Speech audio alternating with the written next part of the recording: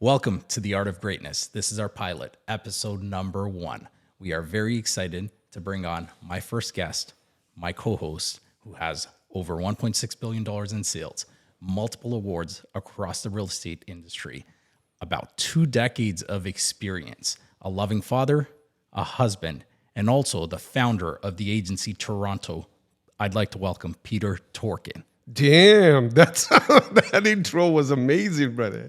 Thank you. I appreciate that. You deserve it. I think you've accomplished a lot in your life. You've done a lot of great things. And that's why I'm excited to have you as not only our first guest, but also as my co-host for this podcast moving forward, The Art of Greatness. And we're going to get into that a little bit later and tell you guys what our podcast is going to be all about. But first, I want to dig deep into Peter's journey. We're going to learn a little bit about Peter, about where he comes from, what he's done, and how he really got to where he's at today.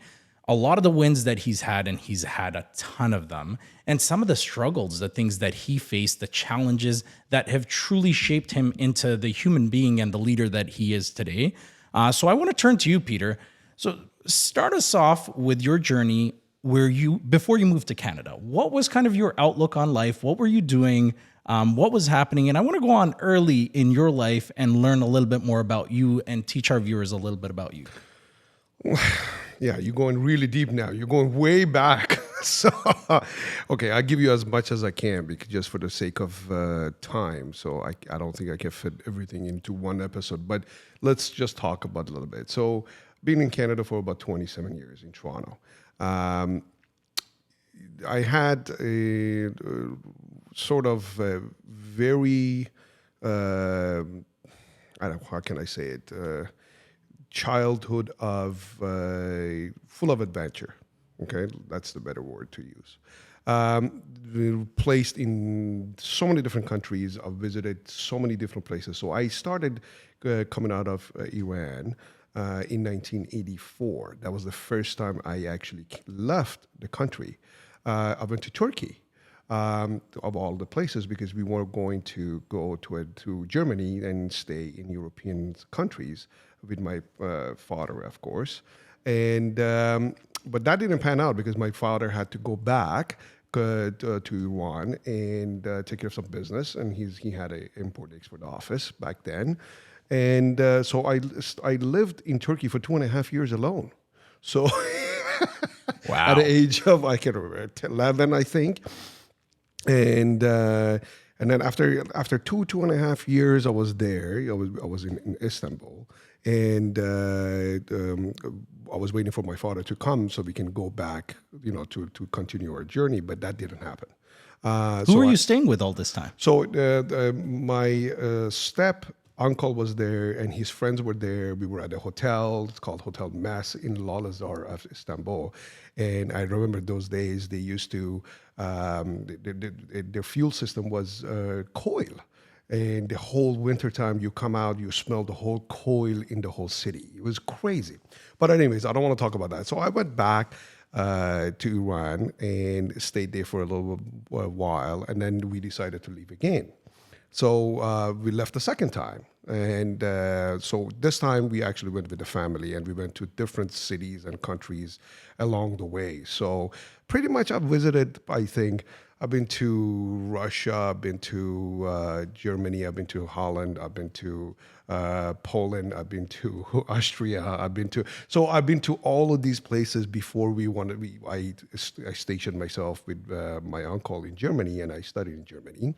And but Germany wasn't for me, so I went back to Iran when I was, I think, 18. And so from there, couldn't stay because I was used to being in European countries and out of the country for so long, and there was a whole war happening back then, right? It was Iran and Iraq war. So I decided to leave again. So this is the second time. So this is the time that I met my wife. So I'm telling you the whole story right now without you actually asking a single fucking question. Okay. I love it. So until we get to the journey of coming to Canada, and then I'm sure you're going to have more questions about that. So this time I actually left illegally because I was 19, and I met Paige in a ski resort because I used to ski back then. with my friends. So we met, we fell in love madly. I proposed to her after 6 months. I said, listen, I want to marry you, and but I'm going to go. She said, what the hell are you talking about? So you... You want to marry me? You're 19 and you tell me you're proposing, but you want to leave the country. How the fuck is that going to work, right? So I said, yeah, so don't worry. My father was living in Amsterdam back then. And he said to me, so come to Amsterdam. So this time I actually left illegally through a back of a truck. The guy was delivering a pistachio. Pistachio and Peter delivered. Pistachio and Peter at the same time. So we went through Russia. It took us 10 days to get to Netherlands from Russia this time. So every border that we got to, it was a tarp on the back of these 18-wheeler that I was traveling in. And so he was lifting, I was skinny as hell. So he was lifting the side of the actual tarp. So I was squeezing myself in to get into the bag. And I had to lie down. I put on, these are 40 kilos pistachios. I never forget it. I had to put 2, it was half full, the truck. So I had to put 2 of them up on the other ones and had to lie down still at every border that we got to. Because I was 19, I was illegal. I had to go back to the army, and I didn't want to go to the army. I wanted to leave the country.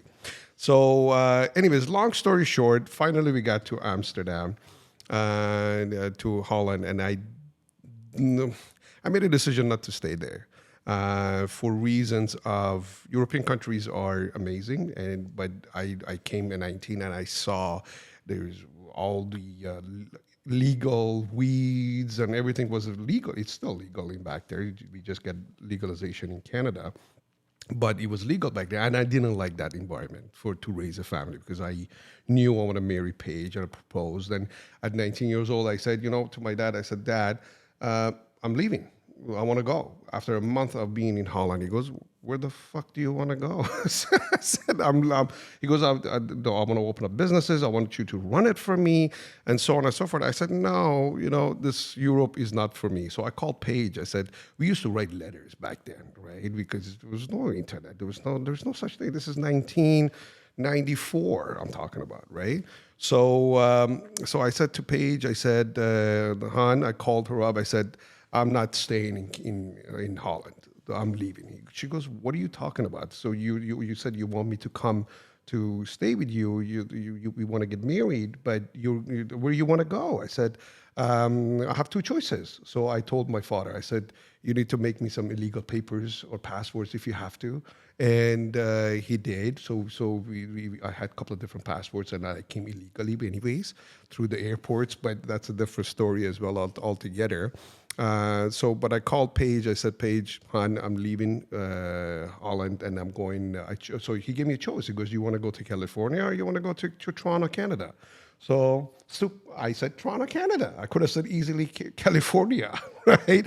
But I made the right choice because I love how stable Canada is and how it's an environment for everybody from every country to come, and what multicultural and all of that stuff is truly visible here. So, and I loved it. So I said, you know what, I'm going to go to Toronto, Canada. So got on the plane, came, and 1994 I arrived in Canada, Toronto. Wow. And Paige wasn't with you at this time. No, she wasn't. So the heartthrob Peter Torkan was writing letters. For those of you who need tips on how to pick up women, just reach out to Peter. You have to write amongst other letters things. and poems. So that was my and 2 poems. things. I All right. love poems. Rosanna told me a little bit. She was like, yeah, Dad used to write letters. Yeah, she was sharing with us. Yeah. That's actually we still fantastic. have it. It's about, I don't know, yay, hi. And she told me you guys have a stack. Yeah, I was like, I have one right here. Let me read it out. But it was in Farsi, though. Right? It was in Farsi. It was in Farsi, of course. Yeah. So you move here, and then how long after you moved that Paige joined you? So Paige came in 1995, a year later. Okay. So I was here by myself. So finally, we got married, and we had a little connection in the embassy of Iran, and Canadian embassy in Iran. And so she So we got her a visa, and she came on a work visa because she was also a computer engineer. She finished her university, and she wanted to come as a work status. So we got her, and as soon as she came here, and then we started a life together. So that's how it is. Fantastic. So when you came here, what were the opportunities? Like, what did you want to do? What did you have in mind? So this is 20-year-old Peter Torkan trying to figure out what it is that he wants to do in life before real estate, before anything. So pretty much I've done everything you can think of. I've done pizza deliveries. I've done pizza cooking, washing dishes. I've done handing flyers out door to door in the middle of winter. I worked at a gas station in the middle of the winter as well. I used to go study and go at nighttime and pump gas for people who's of Petro-Canada at Bayview and, at Broadview and Danforth. It doesn't exist anymore. It's a Shoppers Drug Mart there now. So I used to pump gas. I've done everything that you can think of in Toronto in terms of working. You know what I mean? You need to work. Now you're married. You need to support. And I was never shy of rolling my sleeve up. And if it needs to be hard work, I was there. I had no issues with it.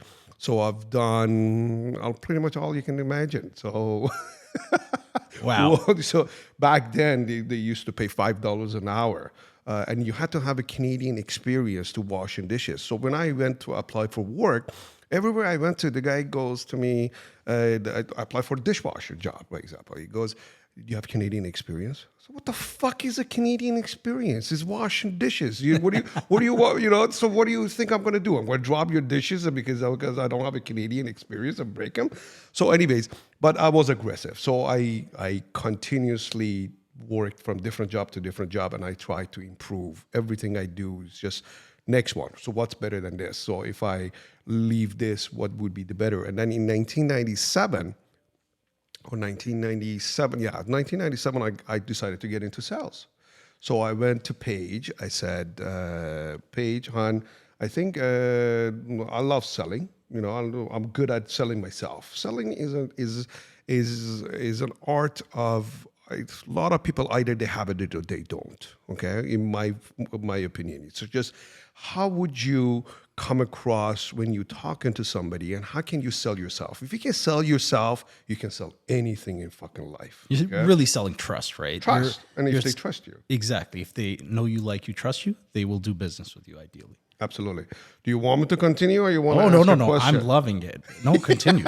Because you're actually at that point, your first sales job. What was it? And I think for the people listening, it's important to understand, look, guys, Peter's where he's at today. He's got this massive social following. He's the founder of the agency Toronto. He's got so many accolades. And I think all we see at the face level is all those accomplishments, all those great things, the nice car, the nice house, the multi-million-dollar homes. And we're going to get into that a little bit later. But I think it's important to figure out that all these people, they've had their struggles. They've been through a lot. They've done a lot of jobs, including washing dishes, including cooking food or pumping gas. Absolutely. So back to your story. I'm loving it so far. Continue. You're at 1997. You're getting your first sales job. So look, you hit it right on the head, right? So everybody sees what they want to see today, right?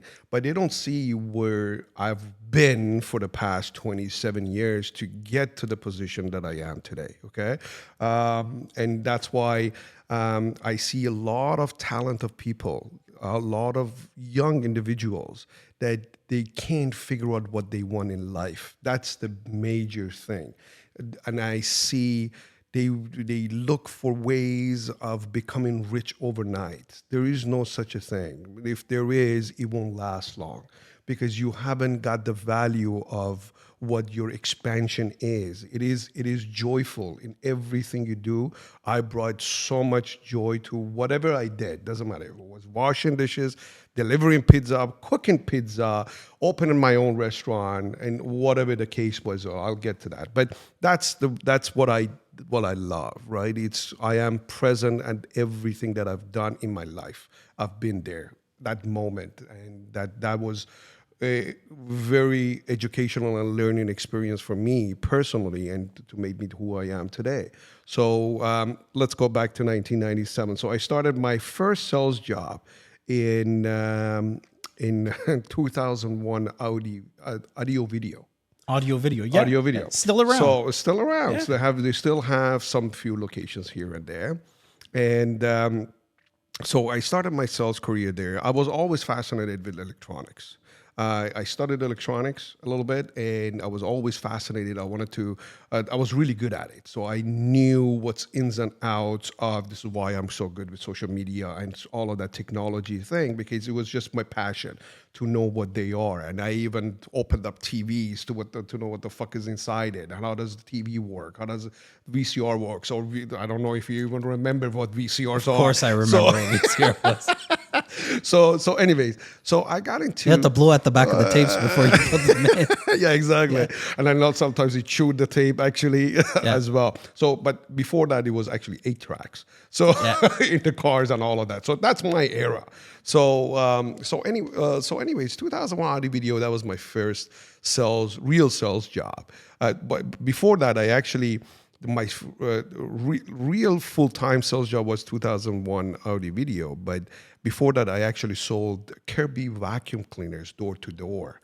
So that was the sales job that I started in. For 3 or 6 months I did it, and then it was $2,500 vacuum cleaner. This is 1997. The box was humongous that I had to carry door to door, knock on people's door. Hey, do you want to buy a $2,500 vacuum cleaner? And that wasn't the sales pitch. The sales pitch was to get into the house, and bring this vacuum cleaner up in a box, assemble it, and vacuum the carpets, vacuum beds, and it was so much dirt would come out of these things that people would fucking panic because they look at it and say, I just vacuumed this carpet yesterday and look how much the dirt comes out. So that was my sales door to door. That's how I started the sales. And then I said, you know what? I don't like this shit that I have to carry humongous vacuum cleaner and go to people's house and clean their people's house so I can get sell. So I've sold some, actually, believe it or not. That builds some thick skin, though. Going door to door and 100%. knocking at a young age. I think my very first job, I was 13 years old, and it wasn't even a job. It was really you door knock and you tried to get people to subscribe to Toronto Star. Oh, yeah. So a subscription made me like $20. That was basically it. If it was a credit card subscription, it made me a little bit more. It was a fascinating gig, but you learned so much, and you learned rejection, how to deal with it. Absolutely. You build some really Overall thick skin. objections. Yeah. So then 2001 audio video, I said that many times. That really started my, selling and how to create experience for people, for customers that came into the store that wanted to buy a TV or VCR or any sort of cassette record player for their cars, and then the CD came along. So this is how old back this shit goes, right? The camcorders wasn't invented yet. So they came to camera. DVDs weren't invented yet. So I will never forget the first VCR I sold was $2,200. That was a VHS tape. It was crazy. So that was from 1997 to 1999. I made myself a great earning. I think I made about $40,000 to $50,000 a year back then. That's very good money. It was very good money back then. And then one day I went to Page. I said, you know what? There's another company I want to go try out. It's bigger box stores called Future Shop. So right now it's Best Buy. Best Buy bought them out. So I said, I want to go try working there. So I went and dropped off my resume, and I had an interview. And the manager goes, how much have you sold? I said, look, this is how much I made. This is it. So they hired me for the video department. This is on Eglinton and Laird. Right now, doesn't exist there anymore. Or it does, I can't remember. Or it's maybe a different store right now. So I started in 1999 being in sales in Future Shop. First year, I became number 2 in Canada. So I met something, I think, in the vicinity of $85,000 my first year in Future Shop. And my hours were 37 and a half hours a week. So Paige was also working at the same time, and she was working in CIBC. She was very well educated, so she started studying. She became a financial advisor. She started from teller job. So both of us, we started from extremely humble beginnings. So we both. She used to work in when I was working pizza or delivering food pizza. Or washing dishes or whatever the case may be, she was working hand, same level as me, whatever job we could have get. She was working in country style, by example. So at nighttime, I was worried about her. This was in Lawrence. There was a coffee time. I don't know if you remember that brand, Coffee Time. My dad actually owned a franchise of Coffee Time. There you go. We had to show a business when we moved here. We came on a Yeah. business visa.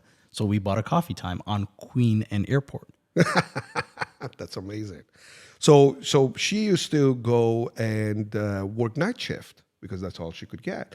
So I was working my shift and I was worried about her. So as soon as I finished, I went and slept in the car for her to finish up her shift, to pick her up. She was working from like 10 a.m. until 4 a.m. or something like that, 10 p.m. until 4 a.m. And I had to sleep in the car to make sure that she's okay. Every now and then I had to get up and look at her, make sure she's in, she's in there, So and I pick her up, and then we went home again, and tomorrow rinse and repeat. So fast forward, I went and applied for Future Shop. So they hired me on. First year, I made $85,000. And the manager said, holy shit, you're really good at selling. So the second year, I became really smart. I said, you know what? I made a lot of money, by example, on the whole December month, right? So in whole December, I made in 1 month $28,000 or $27,000 in that month. So I hired, the TVs were heavy. So I hired people to actually take this TV that I was selling to put in people's car for Boxing Day or Boxing Week and stuff like that. So and then I always had good ambitions. I love expansion in life, right? If you're stale, then you're not going to get anywhere. So I never forget it. So I went and leased myself the second year I was in Future Shop, brand new 3 Series BMW white. Okay, leased it. The payment was $330 a month. Not like it is today, guys. Not like exactly. So I leased that car, and I was showing up in a brand new BMW 3 Series. These guys are probably like, who's this fucker showing up in a BMW? Our manager back then, Tony, I don't want to name names, but Tony used to show up not the same level car as I had. And we used to get there in the mornings together, and I parked and he parked. He looked at my car, said, what the fuck? You you work for me and you're driving this car and I'm driving this shitty car? And I laughed. I said, oh, it's a lease. You're more than welcome to have the key. Anytime you want it, you can take it and it's yours. You pay the payments, you can have it. What am I going to say? But I always loved cars, of course. I loved, expansion and having good stuff.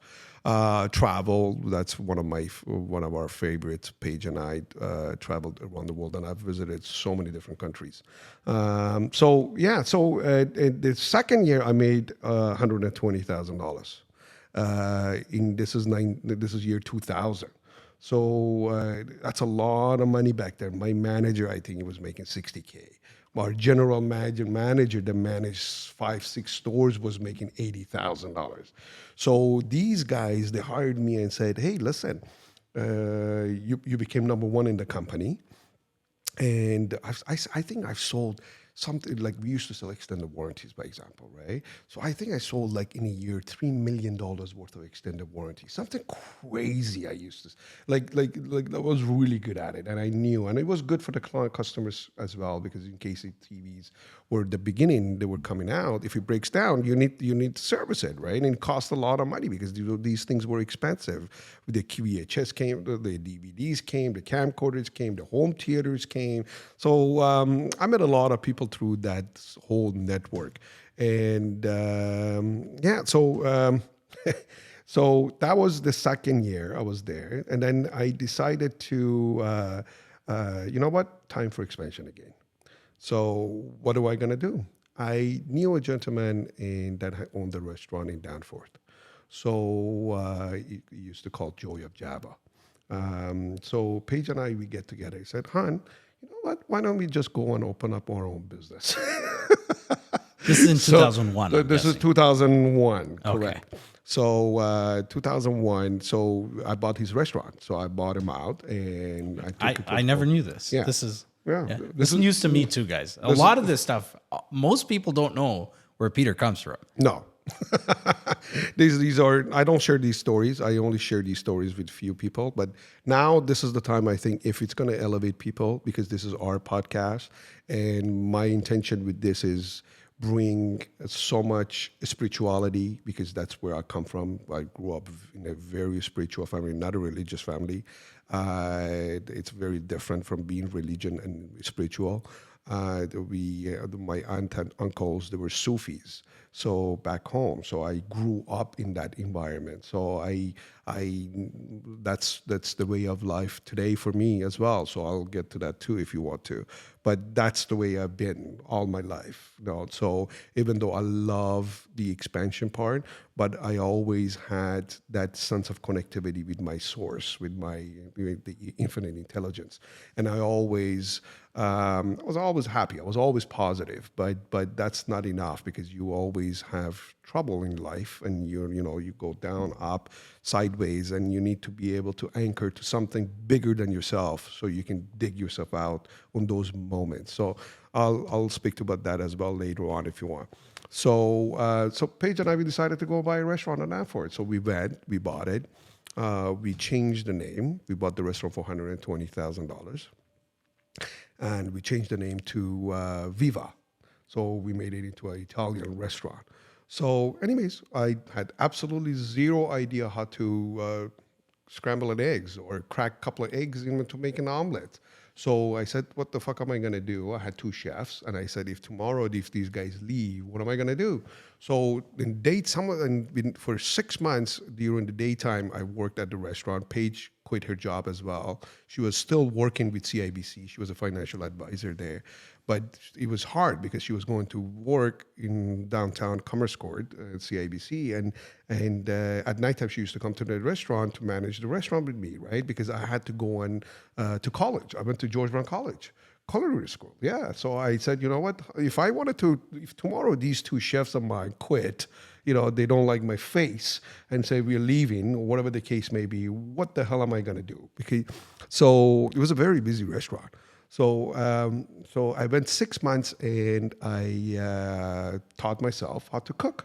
So I did classes, I did that. So during the day, I ran the business. Nighttime, I went to there, and then came back after the few hours and back to the restaurant. I closed the restaurant down because we were open until 11, 12 o'clock at night, and rinse and repeat. So that's gone. College finished. I knew how to cook. Then one of my really good chefs left. I had to roll up the sleeve and stay in the kitchen myself and cook the food.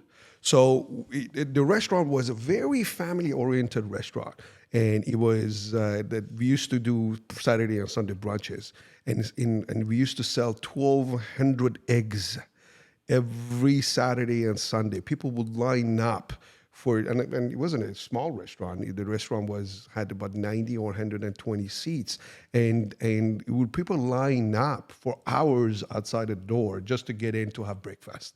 And I became the chef. So with a cook, with a line cook next to me, and I had my sister-in-law. She always used to come and make fun of me because I had 6 burners running at the same time. Because we not only we serve breakfast, we serve pizza, we serve hamburgers, we serve everything. So can you imagine serving eggs Benedict, and all of a sudden somebody orders a fucking pizza in the middle, you follow it. So it was a lot. But I loved it. I love cooking. Cooking is an art, in my opinion. And what it did for me was it really concentrated, and I didn't have to think so much. It was just on autopilot. I had 2 ovens running, 6 burners, everything cooked up, and everything else was running at the same time. But I love producing that, something wow factor that goes in front of somebody and look at it and goes, wow, I love this dish, and the taste even better. So I love that idea. So I had the restaurant until my first daughter was born. And she was a little bit 6 months, I think, or a year. Page is better with accurate with dates. It became too much. I had it for 2.5 years. It became too much to handle because I worked from 7 o'clock in the morning. I opened and I closed. So I stayed there 7 days a week, right? So so I thought to myself, okay, I'm making the same amount of money as I was making in Future Shop. So why And you're busting your butt. I'm busting my butt and I'm working nonstop. And why am I doing this? I said, you know what, babe, this is not for us. I love the restaurant business, but let's sell it and move on. So we did. So we sold it to somebody else, and I went back and applied to Sony Canada for a position in sales again. This is in Yorkdale Mall. There used to be a Sony, the electronics store in Yorkdale Mall. So the manager hired me first year. I remember that store. Yeah, That was a big store. That was a big store. That was a very big store. So first year, I became #1 in Canada for Sony. History keeps repeating itself. History kept repeating itself, and it was fun. I had so much fun selling stuff. Like I sold the most expensive TV on display in entire Canada. It was $38,000 TV. So it was a 60-inch plasma. I'll never forget it. Nobody gave this guy a time of the day. He came in, he was watching this TV, and the stand of this TV was pure glass. The stand was $8,000, okay? So TV was 30, the stand was 8 plus tax. So the guy was standing over there. I can't remember his name. He was tall, and I went, hey, can I help you? He goes, why is this so expensive? I said, so I give him the rundown about the TV, and I said, this is the best TV in the world right now from Sony. And he goes, shit, I like it, I'll take it. I said, excuse me? you take it? I said, sure, let's go to the cash. let's go ring you up. So I don't ask questions. If somebody says I'll take it, I'll take it. I'm not going to talk you out of it. Shut the fuck up you and shut walk the fuck to up cash. and you go to cash. Can I have Bring a them up. credit Let me card for check it? you out. Let's get it done. So he gave me American Express Platinum. I didn't even know what the American Express is, back then, right? So the Platinum, and boom. I said, who are you buying this TV? I said, this is the only one. There's only one on display. There's nothing, there's no other TV that we don't carry, because Sony didn't even think that they're going to sell this TV. This was something that they had on display to brag around and say, hey, we have a $38,000 TV, So I said, this is the only one. He goes, okay, I'll take the display model. I said, are you sure? He said, yeah, okay. I'll wrap it up for you and I'll have it delivered tomorrow. What are you buying this for? Who is this for? I asked him. He goes, this is for my in-laws, actually. I'm buying it as a gift. I said, holy shit. You must really love your in-laws. You must really love your in-laws. So I called the delivery guy. I ran the card through. Flag came up, call American Express. So I called American Express. Is it? Yeah, the gentleman is buying a $38,000 TV. They said, okay, approved. So I don't know who this gentleman was. So he bought, we had it delivered as well. So anyways, going forward, I became in 2 years or 3, 2.5 years I was there. I became #1 in Sony Canada again. And I always hit the plateaus of sales wherever I was hitting the ceiling. Because when you hit the ceiling, then what's next? Especially on the retail side, specifically. Yeah, exactly. Yeah. So, and the sales associates, a lot of people may or may not know this, but the best salespeople in most companies will make more than the top managers in those companies. That's just the reality. And I come from a retail background, right? Whether it was Saks, whether it was any other company that you work for, your top associates are sometimes hitting $1 million. You just never absolutely. know. You're absolutely right. So, and that's why I love sales, because there is no ceiling of how much money I want to make. So that was the question and the catalyst why I came into real estate. I had a friend of mine that went to real estate when we were in Future Shop together, and I called him up. I said, Masood, his name is Masood. I said, Masood, you've been into real estate. He got his license in year 2000. So me and him, we always competed with each other big time when we were in sales in Future Shop, and he still was there. And I said to him, how's the real estate thing going on? He goes, look, I love it. I just sold home. I made this much money. I said, oh, good. Maybe this is something. I said, is there a ceiling on how much money you can make? He goes, no, there is no ceiling. It's up to you how much money you want to make. So that triggered something in me. So I came home one day. I said, Paige, babe, I think I'm going to go and get my license. Okay, I want to go get into real estate, and I think it's it still sells. I was used to it then because sales, nobody writes you a check, my man. You write your own check, right? So and I'm used to it, and now I have this fast forward. I think this was year 2005, end of 2005. So I said to Paige, I said, and she was pregnant with my youngest, Rosanna. So I said, I think I'm going to go get into real estate. And she goes, okay, I support you. Whatever you want to do, go ahead for it. Wasn't that scary at first, though? Especially since you're now making six figures at Sony, I'm guessing, right around there. Yeah. You're making over $100,000 at Sony. Yep. Now you've got a second daughter on the way. Mm-hmm. For those who don't know, you had one already. You got your second one. And how is that from a mindset perspective? What did you kind of fight with that you're now leaving 120 on the table potentially, and then you don't know what you're going to make in this new field? So my objective was to get the license first. Okay.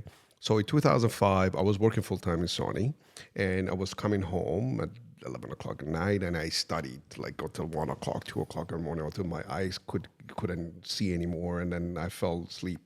So and rinse and repeat the next day, right? So it took me a little while. It took me a year to get my license because I was working full time. So you have to support the family, right? So once I got my license, then I really talk to my inner being, my own self, right? And I always conversed with whatever that was with Paige. I said, listen, this is my feeling. This is what I think I should do. I always followed my gut feelings in life. In whatever changes I've done, I followed the gut feelings. Some of them works out, some of them doesn't matter. But I always, in my belief is, if it feels good to me, I'm doing it. I'm not fucking a chance. You know what I mean? The other day I came to you, this is off topic a little bit, but I came to you, I had a little thing in my head, and I said, I'm fucking doing it. Yeah. You know, and we did it. And we did it. Yeah, we did it. So that's how I am, right? If something resonates and I ask myself, does this feel good to me doing this? And if it does, I'm doing it, okay? So wrong or right, I'm doing it, and I make the decision and I stick by it. Okay. Was there a fear of failure at that point in time when you made that move? I'm gonna tell you that. So I got the license. I got my license for 30 days, and I was going to Sony, and I was thinking, okay. I went and I interviewed 3 offices. Nobody interviews fucking me. I interviewed the managers. Okay. So I went to 2 Remax offices and 1 Royal LePage, and I had 3 questions from them before I joined. As soon as I got my license, you have to sign up with a brokerage. So I had 3 questions for them. I said, who's your top guy? How much your top guy makes? What's his name? Who's your bottom guy? How much he makes? And what's your average commission between your agents? Okay. So the 2 of the out of 3, they were fucked up. They were just out to lunch in terms of what I wanted to hear. The 3rd one was the one that I didn't even ask questions of how much the split is, how much my monthly is. I did. They told me what it is, but I didn't care. So that was my 3rd office that I signed up, and I stayed there for 15 years. I asked the manager, Barbara, and she goes, the top guy is Barry Cohen, which we became partner later on. I can talk about that, but let's see. And then he goes, yeah, it's him. He makes seven figures. I don't want a number, but Yeah. yeah. And then the low guy, our lowest is somebody that makes 70K a year, and our average is between 100 to 110,000. So I figured, you know what? I can't be worse than the fucking low guy because I made 120 in Sony and made the same Selling amount. TVs. Yeah, selling Yeah. TVs. So I can't be less than that guy. Average is pretty good. That's that's what I'm making right now, anyways. So, and I like to be the top guy. That's where I like to be. And I knew that I needed to be somewhere, surround myself with successful people, and that office it had a lot of top producers because I want success breeds success, right? And I know my personality. I'm not shy to ask anything from anybody. I don't care who you are. You're a billionaire. I don't give a shit. So I said, sign me up. So I signed up. I came home, and this is a month after getting my license. I came to Paige. I said, hon, I'm quitting Sony. Okay. Paige said, she looked at me, she goes, we have two kids and all of that stuff. And you sure about this? I said, 100%. My gut is telling me I can't do half here, half there. This is not a business of being haphazard job and lukewarm. I'm never a person that does something halfway. So either I'm doing it or I'm not fucking doing it. Okay, so that's my personality. So I said, babe, if I really want to have a career, I need to have a career.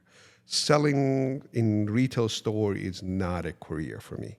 If I wanted to have a career, I need to build something now. So she And how old are understood you it. at this point in time? I was 30. You're 30. Yeah. Okay. So I said, I need to have a career. So, and I think real estate could be a career that I could be great at because it sells.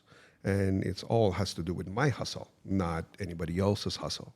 And I'm great at hustling. So let me get in there. So she supported me, always supported me in my life. Like I owed Paige everything I have in my life. Everybody thinks that's all me, but it's not fucking me. It's her. If you guys don't know, if you don't know about my wife, she's just an angel on earth. That's all there is to it. And I could talk about her for another 5 different episodes if we want to. But she always supported me to anything that I wanted to do. And I even told some of my friends we had a lot of good doctor friends, the chiropractor, surgeon, or physicians, and all of that. They were all our immediate close friends. And I said, yeah, I'm quitting. They all looked at me and said, are you fucking crazy? You want to leave a stable job with 2 kids and go into something that you don't know what you're doing? You haven't even done anything yet? I said, look, guys, can't be worse than the fucking what I'm doing right now anyway. So I'm doing it. So I went to my manager's office in Sony and I said, I quit. My manager looked at me and said, what the fuck does that mean? I said, I'm giving you my 2 weeks notice. Bye. He goes, what are you doing? I said, I got my real estate license. I'm going to real estate full time. He goes, you what? You are you serious? I said, yeah. He goes, well, he had nothing to say. I resigned anyway. I gave him a letter. I said, I'm leaving. So 2 weeks, I came full time to real estate. This was the end of year 2006, September, I think. You want to know the rest of it now? It's a long story, man. I think the viewers are enjoying this. I think people like to find out what the story is, what the background is, the journey. I think the journey is so important, and that's where we want to be different, right, than any other podcast.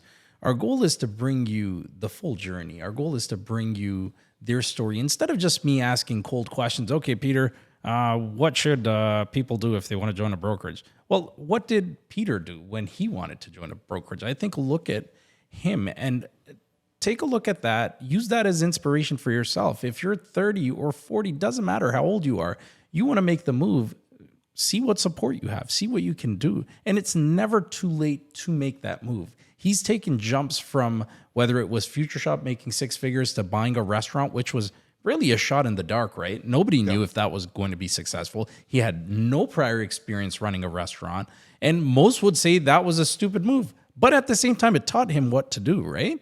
It taught him to be a stronger person, to face adversity, and then realize, okay, maybe sales is my calling. This is what I need to do. Hence comes Sony. Absolutely. And then Sony leads you into here, which most people would not leave a six-figure job to go join real estate where they don't know how much they're going to make. Although your cap doesn't exist in real estate, but at the same time, there's a lot of unknowns. Yeah. And the thing is, with those variables, you can't calculate how much money you're going to make. You don't know when that first house is going to sell. You don't know when your first check is going to come. You don't know anything. But to have your wife support you, I think that's a big deal. And Absolutely. knowing Paige is such a wonderful human being. I think Alexandra and I were driving yesterday, and we were having this chat. She's an angel. She's a beautiful person inside out. Like, Absolutely. we absolutely love her, and she's very easy to talk to. For those of you that don't know Paige, maybe we'll have her as one of our future guests. I think 100%. I think that would be cool to bring the full because story. we're hosting together, so we're going to have her in on one of our episodes as well. Because look, my memory is foggy. I always have to go and ask her, babe, what did I do back then, or which restaurants, or whatever it is. If we went to a restaurant, by example, with our friends, we've been there 4 times, and I don't remember. And I say, babe, have you been to the restaurant? She goes, we've been there 4 times. Her memory is a lot more accurate than I am. So I'm just giving you guys some synopsis and some condense of my past 30 years or so of life. And the biggest reason that I really wanted to open up, because I haven't shared this story with a lot of people, and is for what just Fahad said. It's if this will allow you to pick 1 or 2 things from my life and implement it in yours, or if it's gonna motivate you, or if it's gonna inspire you to take the jump that you couldn't take, or you don't want to take, or you're afraid to take, you have fears to do it. Sometimes the grass is greener on the other side, and there's a lot of old saying about that. And you need to understand expansion is part of every human being, and they need to expand and improve yourselves in life, and you should. And the fear and your brain is the one that keeps you from doing it, and often is the first step is the biggest issue. People don't take the first step because if they're too afraid. There's too much fear. Too much fear. Yeah. Too much the negativity, and too much looking at in the back and in their history and saying, "Oh, what if?" You know what I mean? Forget about what if. What if it actually fucking works? What if you succeed? Ask yourself. What if you succeed? What if I succeed? Then what? Exactly. And then what? Whether you think you can or you think you can't, you're right. You're probably right. That's half the battle, right? Having that belief in yourself. And I think that's a great lesson learned from Peter's journey is he's believed in himself in everything he's done. And there's different types of people. And people like Peter, as an example, they're successful at everything they do. It's because success is a habit. It comes through hard work. Hard work is a habit. It comes through grinding and making sure you put in the effort every single day. Waking up and saying that, hey, I can do this. I'm going to do this. Instead of being pessimistic and saying, I don't know what's going to happen. Let's just see. If God wants it to happen, it'll happen. No, you go out there and fucking make it happen. Because guess what? You certainly can. And those people that are successful, and you have these 2 types of friends, just remember this. You have the friend that is successful at every job they've ever held. They are number 1 or number 2 at every job. They get promoted everywhere they go, and they say good things about their job. And then you have this other friend that talks shit about every manager they've had, that doesn't like any job they've ever held. Those are 2 types of people that have something ingrained in their minds. That person number 1 is going to be successful at anything they do, anything they touch, but that's because they've learned to work hard. They've learned to put in the effort. They understand that their beliefs can take them much further than they even thought possible. Absolutely. And that's the thing, right? Who would have thought you'd be making X amount of money or be opening a brokerage yourself 16 years ago where there was a lot of unknown? Absolutely. I think jumping back into that, so how long did it take you to sell your first house? What were some of the struggles that you faced in real estate? because it is a very different business altogether. You've got to go chase it. There's no clients walking through that door. Nope. There's nobody saying, hey, I want that $38,000 TV or I want that $10 million home, whatever that is. How big was your first transaction? Let's get started there. Okay. So Let's pop the mic back on. what do you mean? Yeah, the mic is just this part. Just press this in. It's fine. Leave it. I just don't want to mess it up. Leave it the way it is right now. We fix it later. So I left my secure job and I went into the office the next day once I fully was out of Sony Corporation. Went in the next day. I went straight to the manager's office. I said, question. Okay, where is Barry Cohen? He always worked from his home. So I said, does he come to the office? So they said, not so much. I said, okay, so who are the top 10 agents in the office? And the manager told me, I'm going to give their names because they're close friends of mine. Bill Tom was one of the top agents. He was making 7-figure back then. You know what I mean? So Wayne Coyne was one of the top producers. Robert Kroll or Hossein Most was there as well. He was making great money back then. And who else? So she gave me a few names. And I said, okay, thank you. So I came by. I was passing by the office. I see all of a sudden Bill Tom was sitting in a boardroom and writing a listing document. So I went into the room. I opened the door.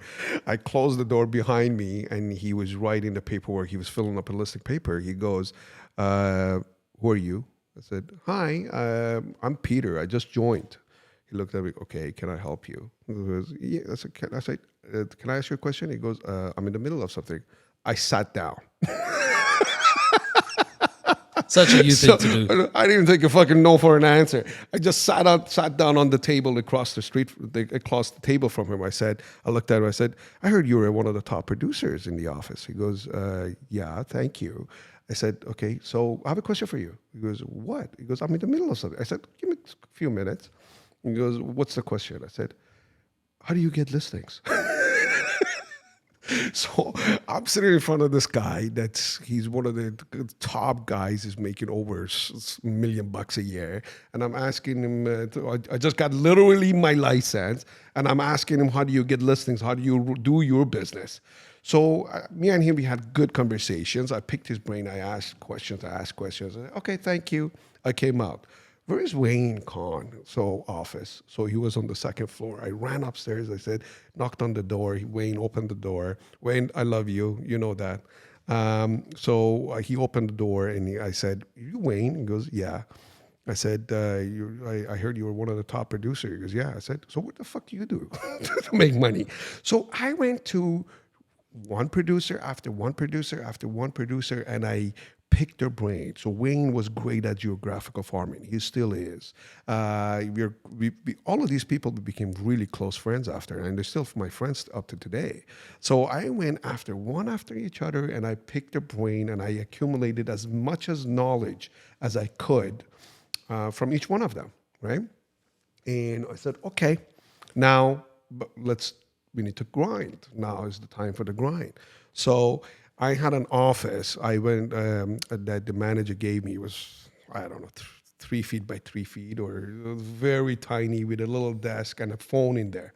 So I went and actually grabbed the white pages. Okay, so I grabbed the white pages. There was a phone there. There was nothing else there in that office. So I came here. I sat behind my desk. I looked around at the street. I said, what street am I on? This is okay, Hollywood. All right, white pages, Hollywood. So I went to the Hollywood section on the street, and I looked at the alphabetical names and the phone number of the people that live on Hollywood. I picked up the phone and started dialing. Hey, Mr. Smith, you want to sell your house? No? Okay, thank you. Boom. Next. So I sat there for hours every day. And I just cold call. I went to the door. I didn't know anything better. So I went to some I door knocked. And one thing led to another. And this is my first sale of residential. So I was living on Young and Finch on a condominium, 7 Bishop Avenue. So what I did was we ran into somebody in the building, and she said, "Oh, actually, I'm thinking of selling my condo. You're a real estate agent?" I say, "Yeah, my office is down the street." She goes, "I'm actually really thinking of selling and buying something else. In Scarborough, we want to move." I said, "Okay, sure." Well, 299,000, something like that. That was the price. So I said, okay. I didn't know how to write up MLS. So I figured everything out. I listed the property. It was 1+1 or 1 bedroom condo. And what I did was I came downstairs, you know where mailboxes are, and there's a board of people hanging shit, the guitar lessons and all of that. So I wrote with my handwriting. I said, 1 bedroom apartment available for sale. Call this number, and I pinned it to the board. I never forget it.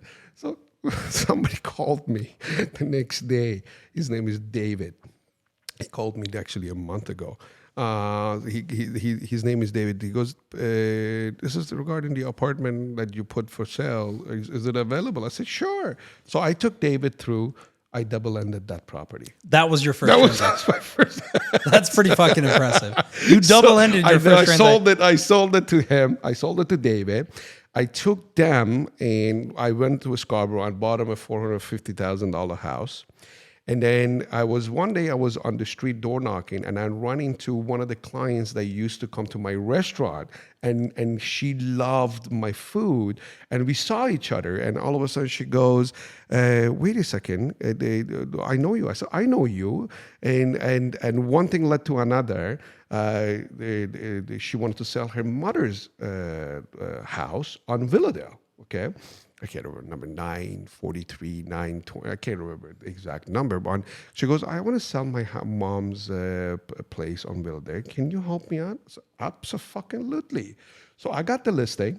So I created a little card for myself that I just listed. So any property that I listed, I actually door knocked 50 homes around it. Right before it came out to market, I put on a little note that this house is coming. I spoke to everybody. I say, "Hey, I have a house, by the way, coming over here before it goes up, 2 days before." I said, "I'm listing it in 2 days. I'm wondering if you or anybody you know that wants to buy it." Okay. Guess what? I ran into a Korean gentleman that says, "Where?" I said, "There." So, okay, I'm coming to see it. I double-ended it. Wow. So I bought him that property. Not only I bought him that property, I bought him another one too, actually, on a street called Revco. So he bought as an investment property as well with me. And So you ended up getting 3 ends on the first, 3 ends on the second. And how long did it take you to sell this? This is between So you get your license, of you August start- of September. Okay. Until the end of the year, right? So everything started panning out by end of 2006, beginning of 2007. So everything just came together all about those times. So I got my license on March, but I didn't quit until a little bit later, and then I was figuring out what the hell to do and all of that stuff. So all of a sudden, you're right. It's one thing led to another, and I sold it, and I went actually door knocked again, and then to get more listings, I got another listing from it. So that's all I know. I know how to rely on my capability, not somebody coming and handing to me, "Hey, here's a deal."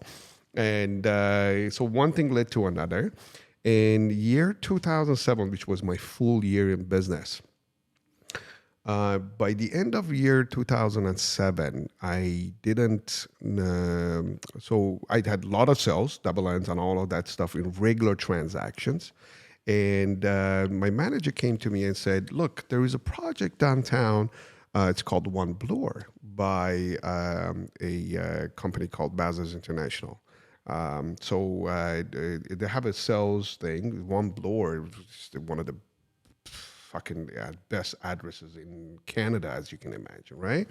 She goes, "Do you want to go to that sales meeting and see what's going on?" So, fuck yeah, I'll go. So I jumped in my car. It was an event that the mayor was there, the builders were there, husband and wife was there as well, Michael Gold and Veronica. We are still friends with Michael. I called him about 6 months ago. We had a great conversation as well. So I know him for a long time. So I went to the South Center. Don't know anybody. There was about 200 people there. Okay. So I'm standing in the corner watching everybody come in and everybody shaking his hands because he bought the land for $63 million and he wants to put in the best address in Canada, right, on one blower. So I stayed there and I said to myself, I said, how do I get in front of this guy? I want to talk to this guy. I want to have a conversation with him. Like something in my gut was telling me, go talk to this guy. So before, like that night, there were about 150 agents sleeping on the street in tents, okay? And I knew some agents from our own office that hired people to sleep in tents and would pay them every night so they can get one unit. So the first 13 or 14 people that were on the first line, there was 200 people by the time that they opened the sales center that were sleeping there for 2 weeks. This is in November of 2007. It was all over the news. Check it out. So so I said, God damn, I'm not fucking going to that lineup over there. It's a shit show. So how do I get in front of this guy? So I waited my moment. I waited. So he was saying goodbye. He went to the front of this front of the sales center, and I went down there, and he was saying goodbye to people, shaking hands, and so on and so forth. And all of a sudden, I went to his face. I said, "Hey, Michael, how are you?" He goes, "Hi, can I help you?" I said, "I'm Peter. I have a question for you." He goes, "What? What's up?" I said, "You know something? I brought buyers. There's a hotel across the street. This is me in the business for a year, less than a year, so or a little bit over a year. So I said, I brought buyers from Germany to buy this project from you. I had absolutely no fucking buyer. So, but if I don't buy, Michael, if you see it, don't kill me, man. I should have told you this story, the truth, but look what happened." So I said, Michael, so I said, I have some buyers that is interested in buying, but I need, I don't want to, I'm putting them in hotel, I'm paying for it. There was no fucking buyers. So I said, these guys are, I don't want to stay in the lineup. You need to help me out. He looked at me and goes, "You really have buyers? You brought people from Germany to buy my thing?" That's the first thing that came to my head. I don't know. I just blurted it out. I said, I'm going to say it works. It's going to work or it doesn't work. So it's selling myself again, right? So he goes, "Okay, write down my cell phone." So I said, "Really?" I'm shaking like this. I'm writing his cell phone down. So I wrote his cell phone down. He goes, "Call me on Monday." I said, "Fine." So thank you, Michael. I called Paige. I had the first phone, the Blackberries came out and all, I think it was Blackberry. I got Nokia, I can't remember. I called, I said, "I have no idea what just happened. I got his cell phone. He told me to call him on Monday. What the fuck am I going to say to him on Monday?" So anyways, so fast forward, Monday, I came home. I couldn't sleep the whole weekend. And I came home. Monday, first thing I called him up. I said, "Michael, this is Peter. We spoke over the thing, and I'm the guy that brought the buyer. What do you want me to do?" He goes, "Okay, go to the sales center, go see Nikki. Love you, Nikki. I love you. Go see Nikki." And probably this is the story you're gonna see it now and you're gonna figure it out. So, so we became very good friends. So she was running the sales center for Michael. And so I went to Nikki. I knocked at the door. There was police and security there. "Who the hell are you?" So I had a little fucking shitty briefcase with me, and I went inside. So I said I came to see Nikki. Michael told me to go to speak to Nikki. So we went in, and Nikki said, "What can I do for you?" I said, Michael said to call him on his cell phone. So, okay, stay here. She went in the back. She called Michael. They were on the phone, and I see Nikki from the back. She's looking at me. What's going on the phone? So she called Michael. She came back. She goes, "Who the hell are you?" I said, Why? I'm just an agent with Remax. Why? She goes, because Michael told me to give you 30 units. I said, yeah, well, great. So Michael said to me to give you 3 floors. There were 10 units per floors. You have buyers for these? I said, absolutely. So 0 buyers. So I said, okay, give me the paperwork, give me the brochures, boxes of brochures. I'm coming out of this sales center. Everybody is looking at me. What the hell is going on? Who the hell is this guy? He's coming up with the brochure and price list. So she goes, what floors do you want? I said, I don't know. Give me some low floors, medium floors, and high floors. I mix shit up, you know? So I said, give me these things and I'll go and see, I'll sell them. Give me a week, I'll sell them all. I came out, I had no idea what the hell I'm going to do. So it was a friend of mine that now is a friend, Andy Yu. He was standing in line. He was one of the guys that was standing in line for 10 days, freezing his ass off. So he looked at me coming out with these boxes of brochures. So he started following my ass to the car. So we went to the car and he goes, what are these things? I said, listen, Andy, call me on my cell phone and let's talk. You have buyers? He goes, we got lots of buyers. My dad owns a brokerage, blah, blah, blah, blah, blah. So call me and I said, let's see what we can do. So anyways, Andy called me. We co-worked together. We sold them together. He had actually some buyers. And then I came to the office and I introduced to some of our agents in the office and they had some buyers. And one thing led to another and I sold actually 33 units. Okay. So that month I made, because you asked the question, how much did you make? So that year I made $585,000. Wow. That was my first year in the business. Full year. Full year. That's impressive. Talk to me about joining Barry Cohen, your first $1 million listing. Just talk to me about that. How did you get your first $1 million listing? Because $1 million back then was a lot of money. It was. Your average price point was closer to $300,000-$400,000. Right. So what was your first $1 million listing? How did you land that? And then what led you to join someone like Barry? So for the sake of time, Yeah. I'm going to try to shorten all these stories because there's a lot of them. So I was doing a lot of pre-construction sales. So I went to that and some resales too.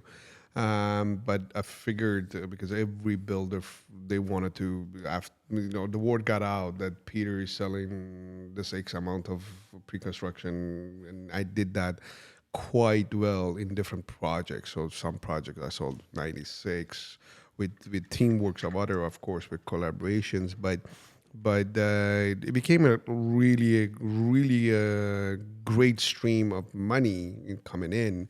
And I treated it like listing, like I was going into projects and getting hundreds.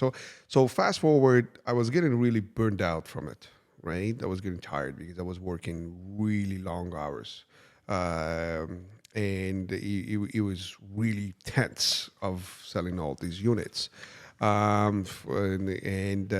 was getting tired of it. I wanted to change. I said, what do I do to give myself some pay raise if I wanted to? I'm making great money every year, but now I wanted to go to the next level. And what do I do? And Barry always was a top agent in Toronto. He's been one of the top. He's been around for a long time.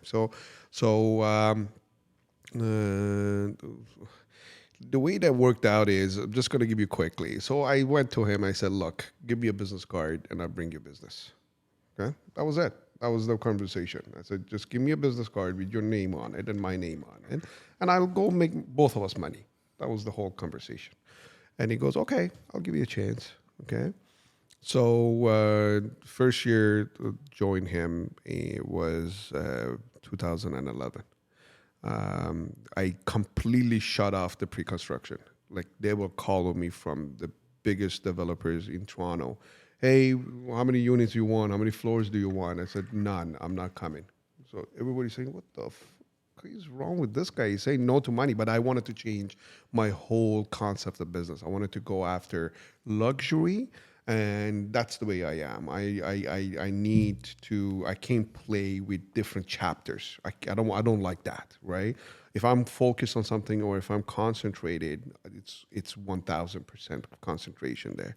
So I got the business card for Barry, and I sat and cold called, door knock, baby on York Mills, and Brighter Path, and everywhere. So I went to doors. I did whatever. I have a software that I cold called that you guys are aware. So basically, back to basic, and the grind, was for me. So and real estate is not rocket science. There's only so many different ways for you to make money from, or the two types of ways that you can. And that was the best thing that you could have done with that moment. And one thing led to another. And the first deal that I did with Barry was on, I never forget it, 24 Bryan Cliff. Okay. So that's in Baby on York Mills, Banbury, C13. And so I cold called, his name is Amit, we're a friend now also. So I said, hey, I'm calling, la, la, la. Do you want to sell your house? He goes, actually, yeah, we are thinking of actually moving to the United States. You want to come over? I said, sure. So I made an appointment. We went there. We got the listing. Not only that, in 1 month, I got 3 listings, and I sold all 3 of them at the same time. Okay. Wow. So as soon as I joined him, it was sometime in January, February. And what was the approximate price points? You don't have to So give me the first exact. one was, we sold it in multiple offer for 1.650. Great. So that was the That's first huge. one. Yeah, it was huge. And then so all of a sudden in 1 month we did 3. So and out of cold calling. On all of them we got all 3 listings, and we sold them all 3 in the vicinity of. So first when I joined him, I think we did $4 or $5 million worth of transaction. This is back in 2011, right? So the prices weren't this high that they are today. So land on Brighter Path was maybe $2.5 million for 2-acre lots. Right now it's $15 million for a 2-acre lot. So this is the expansion and the raise of the prices on property. So anyways, so I knocked it out. I think the first year with him, I brought in over 30 deals, 30 listings and buys, and just one thing led to another. Boom, boom, boom, boom, boom, boom, boom. And that's how it really started going into York Mills. And I told myself, I said, this is my baby. I made a 4-quadrant. I didn't know a single street there. I said, I'm going in this baby, and I'm not coming out of this place. And now, for those who don't know, if you're in a car with Peter, you drive down those streets. Peter knows every street, every house that's been listed, a lot of the owners. He sold a lot of them. He knows the sale prices, exactly who bought it, who sold. He literally knows everything. It's incredible. And that's what you should aim to do, especially if you're a realtor and you're watching this or listening to this. Guys, geofarming is huge. But also, what did Peter do? He picked up the phone and called. I think there's so many people today that are afraid to make the calls, and all they want to do is post to social media, hey, great, I'm with the agency, or I'm with Remax, or I'm with Century 21. Doesn't matter the brokerage that you're with. What are you doing to go out there and earn that business? Earn everything, every penny that you have. Exactly. You've got to go out there, get it. Nobody's going to call you just to say, hey, come list my house, especially when you don't have any experience. And over the years, you gained that. So what were would you say, and I think condensing that 8-year, 9-year stride with Barry, what were your biggest takeaways? Because you had a lot of growth. You went from selling a couple $100,000 properties to now selling multi-million-dollar properties. You sold $20 million properties.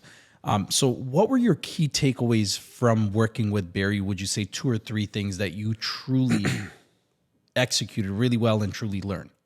So what I truly learned from Barry was, it was a lot, first of all, a lot of shout out credit to him. He's been in the industry for a long, long time, and I have a lot of respect and admiration for him still to this day. And what I learned from him was patience. Okay. And the second thing I learned from him, it wasn't about the money. Okay. So it became for me a point of not about the money anymore, about enjoying the process of selling those homes. Okay, the money was great. Don't get me wrong. So don't get me wrong, but it became for me, it became the art of actually dealing with people, and it's an art of having conversations with those caliber sellers, and making sure the negotiation goes smooth, and making sure that everybody keeps a cool head, and because when you talk big numbers, a lot of egos comes in play, right? Especially from the selling agent, from the seller, from the buyer, from a lot of those scenarios that I've seen in my career was selling all these because I almost got into a fist fight with the buyer.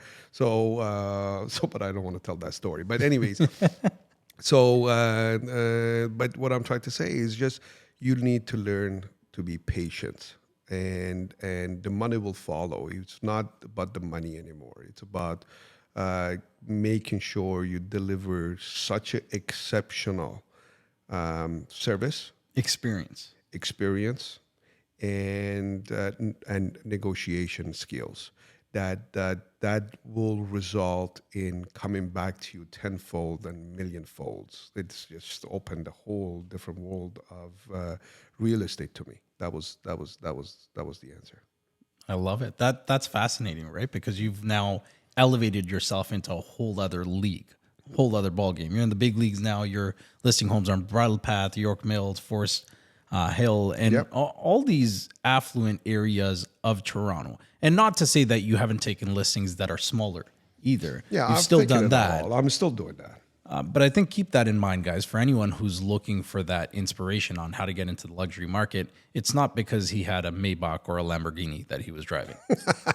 When you got those Not at listings, were all. you driving one of those cars No, or I the always Maserati? look. I always drove a nice car. I did because, but the car, for me, it's just a fun aspect of it, right? I never did it for anybody else to look at my car and say, "Oh, he's driving a Maserati." I could give a shit, to be honest with you, what people think, what I drive, or what I do, or what I I think don't. there's a lot of people So that think, especially in this business, if they drive a nice car, they're going to get a lot of business. And you need to focus on really the education and the finesse, right? I think going back to that experience that you gained from 2006 all the way to 19, where you brought the agency into Canada, or 20, is just that understanding of finesse, understanding of the experience, understanding of elevating your education on the real estate market, on the negotiation side. And unless you're coming with it from the back end, which you didn't, you learned a lot of that here, especially the negotiation aspect that didn't exist at Sony or at Future Shop. You're not really negotiating a ton of prices. no, There's no real room for exactly negotiation. That's a different ballgame. But you had the art of sales, the art of the experience. correct. And I think a lot of those skills, when they're transferable into real estate or into different fields, it makes your transition into that new field a lot easier. And I found that from even my experience coming from a retail background, a leadership background, a lot of those skills, they were easy. And I've had Yeah. the opportunity to negotiate. So it does make it easier for me to sit at the table and say, okay, here's this $4 million home. Where can we get it? And I've gotten one of my clients $800,000 off the asking price. That's It's amazing. just about trying to figure out what it is that you can do and which cards you want to show. It's like a poker game, right? You're not trying to say, "Hey, here's my client's budget. This is what we want." No, you feel it out, figure it out. Sometimes before we even go for showings, we pick up the phone, call the listing agent. We want more information. And you will be surprised as to how much people are willing to share, especially if you've got a way with words. And I have some clients that were absolutely astounded as to what it is that we found out for them. So, like on Highland, anything luxury and expensive properties, you have to do qualifications. That's exactly what I do all the time. So, if they book a showing for my listings, the first thing I'm going to ask is, "Hey, I call this selling agent. I say, can you tell me everything I need to know about your buyer?" Guess what? They're gonna tell them. Well, they can probably give me their social security number too if I want to, but they're gonna spill the whole beans, right? Who they are, what. But you need to know that because when you get to that caliber, you need to understand who's coming to the house. So if it's a $10 million sale, 15, 35 $1 million listing that I have right now, if somebody calls me, I need to know who you are, right? So. And can ask those qualifying questions, make sure that it's catered to the right person, so we don't waste nobody's time. You got to be mindful of that. That's amazing. I appreciate everything No so problem. far. So we're gonna wrap this up pretty soon. I've got a couple more questions. Okay. I don't want to go the same route that everyone does and ask you, oh, you brought the agency to Toronto. Great. Now that you've brought the agency to Toronto, and we're kind of in that expansion phase ourselves Yep. with our new Netflix show, Yep. Buying Beverly Hills, which has exploded. It's, Amazing. If you haven't watched it, you should. how many people are reaching out to you to join the agency every day? Lots. Lots. The answer is a lot of people. And I really appreciate every single one of them. Too, I do. It's just our brokerage is the way that's set up is we love to take as many as people as we can. But we're boutique in that manner, right? And we are picky and choosy of who we like to work with because it's a family environment. It is not a typical box office or big box brokerages that you can think outside. Where everyone just signs up. Everybody just signs up. Yeah. And we like to keep it that way. And those people that join, that we, I want them to feel special. They be part of something really great. And that's, what a lot of people are approaching. Not because of Buying Beverly Hills, since the beginning that I brought it on, because I've been around for a long time, almost 2 decades doing this, right? And you're for almost a decade of selling really luxury properties. A lot of agents, old timers, they know me from those days. So they knew who I am, and they wanted to work with me very closely, and I really appreciate that. And so far, we try to bring people that we all resonate with each other, and we are on the same vibration and same thought process. And you've seen me in the office running around and working, and my excitement level is really, really high all the time, and I like that. You know what I mean? Because if somebody came and said, "No, I don't know," if their energy level is so low, there is nothing I can do with that person, unfortunately, unless they bring themselves up to a different level of energy, so I can have that same conversation with. Have you ever heard that popular saying, I'd rather hold back a raging bull than push a donkey? I never heard that, but I like that. Yeah. One of my bosses used to say it. It's always easier. People with the drive, that's who you want at the end of the day. But also the culture, I think, is one of the biggest things. Yes, the culture is absolutely phenomenal. Absolutely. That's what I absolutely love about the brokerage. This is not an advertisement for the brokerage by any means. But before we wrap it up, the last part is, what does the art of greatness mean to you? And before you go, I'll answer. You go first. I'll go first. I've been talking nonstop for over an hour. Our goal for this podcast, and we've been thinking for a long time about starting a podcast individually, actually. And I've had this thought process maybe for the last year and a half. I think, Peter, you've had it for about 2 years. Correct. Where we've both individually wanted to start something to bring you guys things of value, something that is educational, that's fun to listen to, that is storytelling. We want to curate something for you that will make you want to listen, that will ideally help you learn something, and hopefully inspire you to be great within your own world. We'll be bringing on guests from all facets of life, whether it's real estate, design, architecture, retail, corporate, doesn't matter their background, spiritual leaders, people that are truly great at what they do. And once again, greatness, it's a habit, right? These are people that have learned to work hard, learned to succeed in their respective roles, and they've been successful at almost everything that they've done.